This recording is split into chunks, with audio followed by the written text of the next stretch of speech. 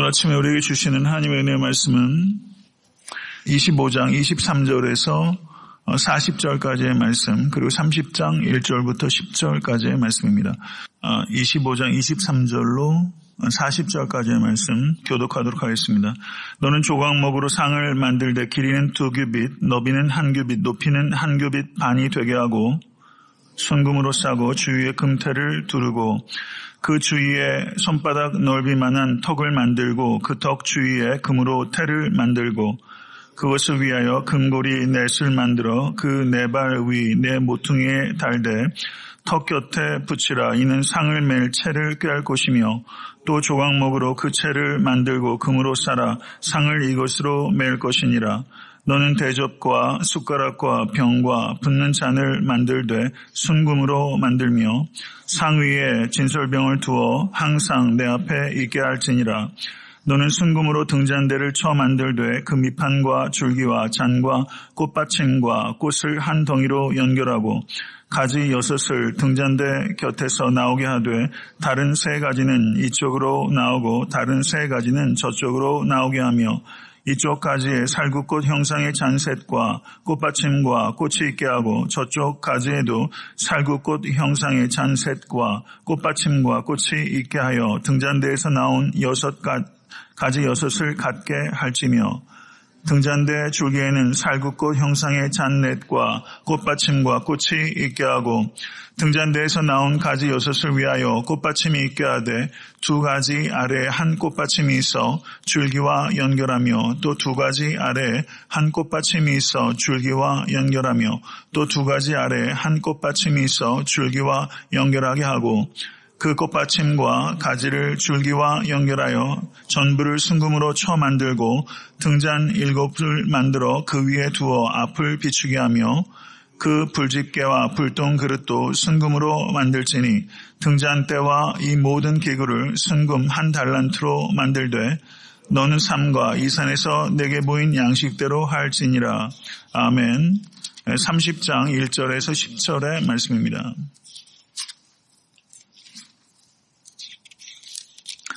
30장 1절에서 10절의 말씀 교독하도록 하겠습니다.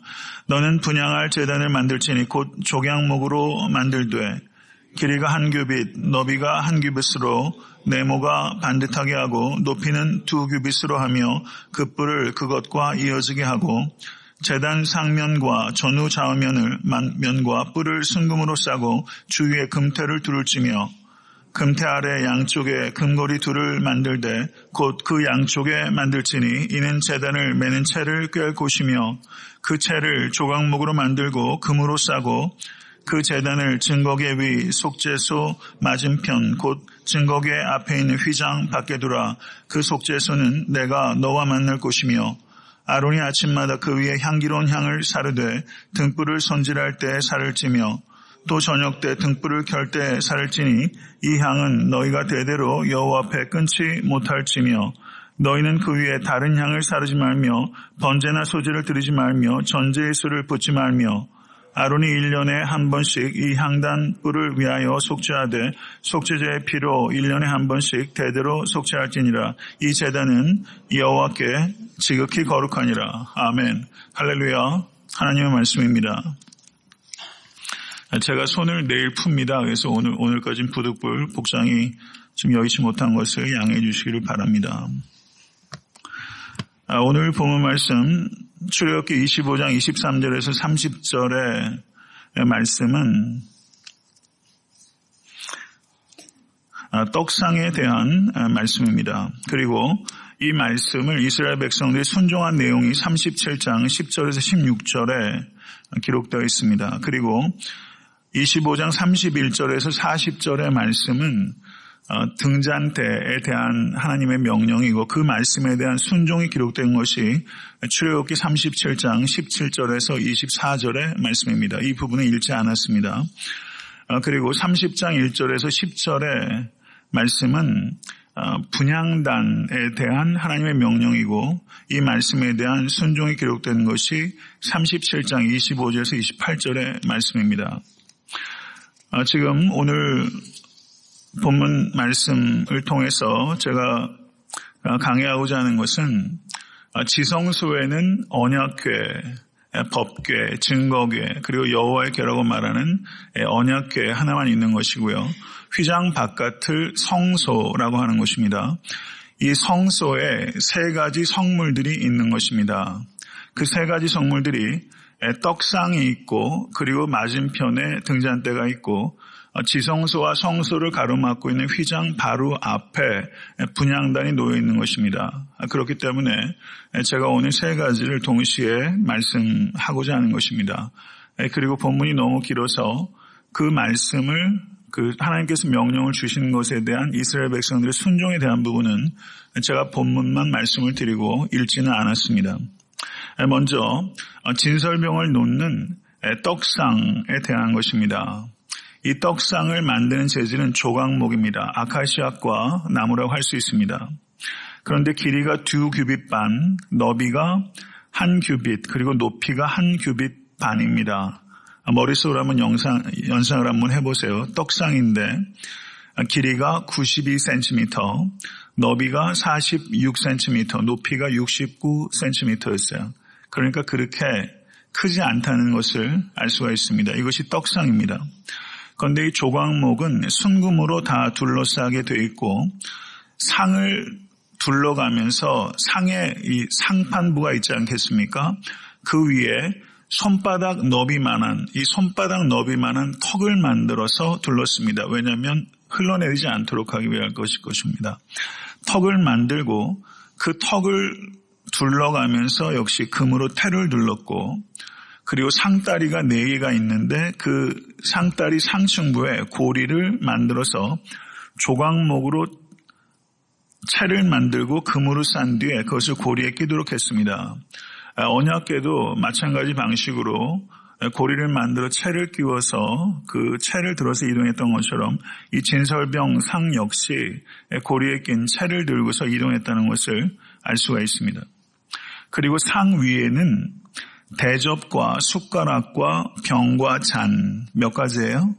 4가지 기물들이 상 위에 있었습니다. 그리고 이 진설병을 어떻게 만드는가 그리고 진설병 상을 어떻게 차리는가에 대한 규례는 레위기 24장 5절에서부터 9절에 자세하게 언급되어 있습니다. 너는 고운 가루를 가져다가 떡 12개를 굽되 각 덩이를 10분의 2로 하여 여호와 앞 순결한 상 위에 2줄로 한 줄에 6씩 진설하고 6씩 2줄을 진설했습니다. 그리고 또 정결한 유향을 그 각 줄 위에 두어 기념물로 여호와께 화제를 삼을 것이며 안식일마다 이 떡을 여호와 앞에 항상 진설할지니 그는 이스라엘 자손을 위한 것이요 영원한 언약이니라. 이 떡은 아론과 그의 자손에게 돌리고 그들은 그것을 거룩한 곳에서 먹을지니 이는 여호와의 화제 중 그에게 돌리는 것으로서 지극히 거룩함이니라. 그러니까 진설병 상에는 떡이 몇 덩이나 있었어요? 12덩이. 그리고 이 12덩이가 뭘 상징합니까? 이스라엘의 12지파를 상징하는 것입니다. 그리고 이 떡은 일주일에 한 번씩 매주 안식일마다 드렸고 그리고 지난번에 드렸던 떡은 누가 먹습니까? 제사장이 먹습니다. 거룩한 장소에서 제사장이 먹죠. 이 떡을 누가 먹었죠? 또 다윗이 먹었어요. 이 떡은 이스라엘 12지파를 광야에서 먹으신 하나님의 공급을 상징하는 동시에 인생 광양길에서 하늘에서부터 임하신 생명의 떡이신 우리 주 예수 그리스도를 예시하는 사건입니다. 요한복음 11장 35절을 보시면 나는 생명의 떡이니 내게 오는 자는 결코 줄이지 아니할 터이요 나를 믿는 자는 영원히 목마르지 아니하리라. 이 말씀을 믿으십니까? 이 말씀을 경험하고 계십니까? 영원히 배고프지 않고 영원히 목마르지 않는 참된 양식이요 참된 음료이신 예수 그리스도를 항상 심령 가운데 모시고 사시는 여러분과 제가 될 수 있게 되기를 간절히 바랍니다. 교회는 무엇입니까? 교회는 그리스도의 몸입니다. 진설병상 위에 있는 떡이 결국은 그리스도의 몸을 예시하는 것이라면 결국 교회를 예시한다라고 말할 수 있을 것이고 교회는 곧 세상에게 희생적인 사랑을 통해서 세상에 영적인 허기, 육적인 허기를 공급하는 공동체가 될 때 교회다운 교회가 되는 것입니다. 예수님께서 광야에서 목 잡는 양같이 방황하는 그 불쌍한 무리들을 예수께서 보시고 예수께서 먼저 어떻게 하셨습니까? 육적인 허기를 먼저 채우셨습니까? 아니면 영적인 허기를 먼저 채우셨습니까? 영적인 허기를 먼저 채우셨습니다. 마가복음을 보면 이에 여러 가지로 가르치시니라. 성도 여러분, 교회는 1차적으로 영적인 허기를 채우는 공동체가 되어야 됩니다. 영적인 허기는 무엇으로 채워집니까? 오직 천국 복음으로만 채워지게 되는 것입니다. 그것이 우선순위입니다. 그리고 교회에서 증거하는 복음이 참된 진리의 말씀이라는 것을 어떻게 입증합니까? 교회가 세상의 육적인 허기에 무관심하지 않는 희생적인 사랑을 통해서 증거가 되는 것입니다. 이 진설병은 곧 예수 그리스도의 몸을 예시하는 동시에 교회를 예시하는 것이고 교회가 영적인 허기와 육적인 허기에 민감함을 가지고 그것을 채우는 공동체가 되어야 된다는 것을 우리에게 가르쳐주고 있는 것입니다. 이 떡상, 진설병상 맞은편에 등잔대가 있습니다. 아마 사진이나 이런 영상이나 아니면 어떤 성경 사진을 통해서 등잔대, 이스라엘 백성들 한우카 할 때 그 촛대 있죠? 이게 등잔대예요. 등잔대가 이 초를 몇 개 꽂게 돼 있죠? 몇 개요? 7개입니다. 가운데 기둥이 있고 양쪽으로 3가지씩 나서 7개를 초를 켜게 됩니다. 그래서 이 등잔대를 7금초대라고 부르기도 합니다. 그런데 이 등잔대는 조각목으로 만들지 않고 다른 것은 조각목으로 만들고 순금을 더 씌웠는데 이 금초대는 전체가 금입니다. 1달란트로 만든 거예요. 1달란트가 75파운드 정도 된다는 것입니다. 받침대가 연결되어 기둥을 세우고 그리고 양쪽에 3가지씩 뻗게 됩니다. 그리고 살구꽃 형상의 잔색과 꽃받침과 꽃이 있게 되는 것입니다. 그리고 등잔대 줄기에는 살구꽃 형상의 잔이 3개가 아니라 4개가 놓이게 되고 그리고 꽃받침과 꽃이 있게 됩니다. 이 등잔대가 이 줄기와 꽃받침과 꽃으로 표현되고 있는 것을 볼 때 이것은 하나의 식물을 상징하는 것이고 이 등잔대가 상징하는 식물은 무엇인가? 에덴 동산의 생명나무를 상징하는 것이다. 이렇게 볼 수 있는 것입니다. 그리고 레위기 24장 1절에서 4절을 보시면 이 등잔대를 밝히는 기름의 종류와 그 등잔을 어떻게 관리할 것인가에 대한 말씀이 나타나고 있습니다. 여호와께서 모세에게 이르시되 이스라엘 자손에게 명령하여 불을 켜기 위하여 감람을 찌어낸 순결한 기름을 네개로 가져오게 하여 계속하여 등잔불을 켜둘지며 아론은 회막안 증거의 휘장 밖에서 저녁부터 아침까지 여호와 앞에 항상 등잔불을 정리할지니 이는 너희 대대로 지킬 영원한 규례라. 그는 여호와 앞에서 순결한 등잔대 위에 등잔들을 항상 정리할지니라. 이렇게 말씀하고 있습니다. 출애굽기의 말씀을 보시면 이 등잔대의 규격을 명시적으로 이야기하고 있지 않습니다. 그런데 유대 전통을 보게 되면 이 등잔대 높이가 1.5m 그리고 폭이 약 1.05m 그 정도 규격을 가지고 있다 유대 전통은 말하고 있습니다. 이 등잔대의 7 촛불이 성막을 밝히는 유일한 빛이었습니다. 그러면 성소 안이 대체적으로 어두웠겠죠. 이거 밝히는 게 결국 이 7개의 촛불 외에는 없었어요. 사방이 널판지 그리고 장막, 덮개로 이렇게 쌓여 있는 곳입니다. 성막 안은 창문 하나가 없는 것입니다. 빛의 출처는 오직 이 등잔대 7 촛불밖에 없는 것입니다. 다른 빛은 없는 것입니다. 그 빛이 유일한 빛입니다.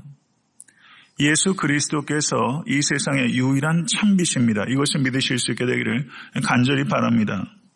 이 등잔대의 빛은 유일한 빛이고 절대 꺼져서는 안 되는 빛입니다. 이것이 상징하는 바는 하나님께서는 주무시지도 아니하시고 항상 깨어서 이스라엘 백성들을 지키시고 인도하신다는 것을 상징하는 것입니다. 그리고 이 상징이 예수 그리스도를 통해서 절정에 도달하게 된 것입니다.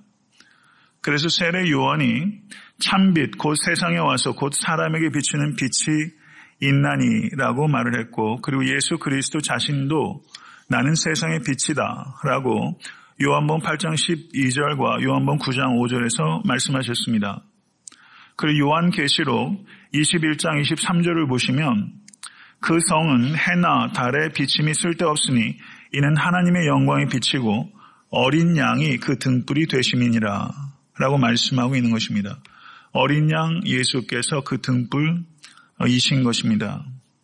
오늘 하루 살 때에도 빛 대신 예수 그리스도를 앞세워서 어두운 세상 가운데서 걸어가시는 모든 권속될 수 있게 되기를 간절히 축원합니다. 예수 그리스도만이 우리를 진리로 인도하는 참빛이고 예수 그리스도만이 우리를 영생으로 인도하는 생명의 빛입니다. 다른 빛은 없습니다. 이것이 복음입니다. 그리고 이 빛이 되시기 위해서 예수 그리스도께서 십자가 위에 달리신 것입니다. 그리고 참빛이신 예수 그리스도께서는 너희는 세상의 빛이라 라고 말씀하시면서 우리가 빛의 열매를 맺으라고 말씀하신 것입니다. 이같이 너희 빛이 사람 앞에 비추게 하여 그들로 너의 착한 행실을 보고 하늘에 계신 너희 아버지께 영광을 돌리게 하라 라고 말씀하고 있는 것입니다. 떡상의 떡이 궁극적으로는 예수 그리스도를 예시하고 그리고 그리스도의 몸인 교회에 희생적인 사랑의 실천을 요구하고 있다면 이 등잔 때 이 빛은 참빛이신 예수 그리스도를 상징하는 것이고 그리고 예수 그리스도를 따르는 그리스도인들이 이 세상에서 빛의 열매를 맺어야 된다는 것을 우리에게 실천적으로 요청하고 있는 것입니다. 아멘. 믿으십니까? 그리고 성수의 기물들 가운데 마지막이 뭐라고요? 떡상, 그리고 등잔대, 그리고 휘장 바로 앞에 있는 분향단. 이 세 가지를 외우세요. 떡상, 등잔대, 그리고 분향단. 이 분향단의 재질은 조각목이었습니다. 길이가 1규빗, 너비가 1규빗, 46cm의 정사각형입니다. 그리고 높이가 2규빗입니다. 지상에서부터 92cm 정도의 높이를 가지고 있는 것입니다. 그리고 이 분향단에 네 모서리에 뿔이 있고 전체를 금으로 덧입혔습니다. 이 분향단의 위치가 지성소와 성소를 구별하는 휘장 바로 앞에 있었습니다. 그리고 하루에 몇 차례 향을 놓습니까? 2차례. 아침과 저녁으로 향을 피워했고 그 향이 끊어지지 않도록 했습니다. 그리고 이 분향단에서 드려는 향은 하나님께서 명하신 향만 태워 올릴 수 있었습니다. 출애굽기 30장 35절 38절을 보시면 그것으로 향을 만들되 향 만드는 법대로 만들고 그것에 소금을 쳐서 성결하게 하고 그리고 그 뒤에 이어지는 내용이 있습니다. 만약에 그 법대로 향을 만들지 않으면 백성 중에서 끊어질 것이다 라고 하나님께서 엄중하게 경고하셨습니다.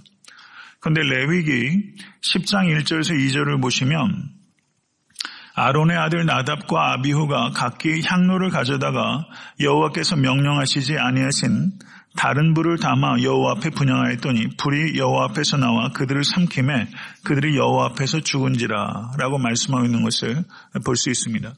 하나님께서 명하시지 않은 불과 향을 올렸을 때 엄중한 징벌이 있다는 것을 말씀하고 있는 것입니다. 아론의 두 아들이 죽고 말았던 것입니다. 이 향은 실제적인 용도와 그리고 상징적인 의미 두 가지를 갖고 있습니다. 실제적인 용도는 이 성막에서 제물을 바쳐질 때 동물이 죽는 냄새, 태워지는 냄새로 이 성막 전체가 진동했을 것입니다. 그러한 냄새를 차단하는 실제적인 효과가 이 분향단에 이 향이 태워질 때 있었고, 두 번째 상징적인 의미 그리고 궁극적인 의미는 이 분향단의 향은 성도의 기도를 상징하는 것입니다. 이 분향단의 향이 하늘로 올라갈 때 그것은 하나님께서 받으시는 기뻐하시는 기도가 하늘로 올려지는 것을 시각적으로 나타내는 것입니다. 시편 141편 2절을 보시면 여호와여 내가 주를 불러싸우니 속히 내게 오시옵소서. 내가 주께 부르짖을 때 내 음성에 귀를 기울이소서. 나의 기도가 주의 앞에 분향함과 같이 되며 나의 손드는 것이 저녁 제사같이 되게 하소서 라고 말하면서 이 기도와 이 분향단의 향이 연결되어 있는 것을 볼 수가 있습니다. 요한계시록 5장 8절을 보셔도 요한계시록 5장 8절을 한번 찾아보시죠. 제가 인용한 부분이 잘못됐네요. 요한계시록 5장 8절.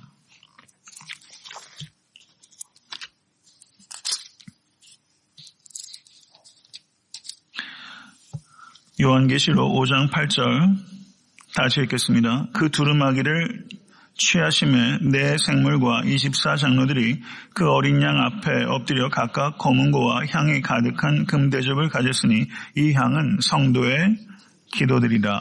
아멘. 요한계시록 8장 4절도 한번 보시죠. 요한계시록 8장 4절 다 같이 읽겠습니다. 향연이 성도의 기도와 함께 천사의 손으로부터 하나님 앞으로 올라가는지라. 아멘. 분향단의 향이 하늘로 올라갈 때 그것이 하늘로 올라가는 성도들의 기도를 상징한다고 말을 하고 있습니다. 우리의 기도가 하나님께서 기뻐 받으시는 기도가 되기 위한 조건은 단 한 가지입니다. 그것은 중보자이신 우리 주 예수 그리스도의 이름입니다. 우리가 예수 그리스도의 이름으로 기도할 때 우리의 기도가 하나님께 올려지게 된다는 것을 기억하실 수 있게 되기를 바랍니다. 분향단의 향이 하나님께서 명령하신 향만 태우도록 했던 것처럼 우리들의 기도도 오직 예수 그리스도의 이름으로만 드려질 때 받아들여지게 된다는 것입니다. 다른 이름으로 하나님께 기도할 수 없습니다. 오직 예수 그리스도, 중보자 되신 예수 그리스도를 통해서만 지존하신 하나님 앞에 우리가 나아갈 수 있고 우리의 기도가 상달되는 것입니다. 이 믿음을 가지고 오늘 아침에 기도에 향불을 올려드리실 수 있는 여러분과 제가 될 수 있게 되기를 바랍니다. 이 향을 태울 때 아침과 저녁에 태웠다는 것은 우리의 기도가 아침에는 하루를 내다보며 기도하고 저녁에는 하루를 되돌아보며 기도해야 된다는 것을 우리에게 가르쳐주는 것입니다. 우리가 새벽에 기도하는 성도님들, 저녁에도 기도하실 수 있는 여러분과 제가 될 수 있게 되기를 바라고 기도로 하루를 시작하고 기도로 하루를 마감하며 전적으로 하나님만 의지하시는 기도에 향불을 올려드리신 거룩한 성도 될 수 있게 되기를 우리 주 예수 그리스도 이름으로 간절히 축원합니다.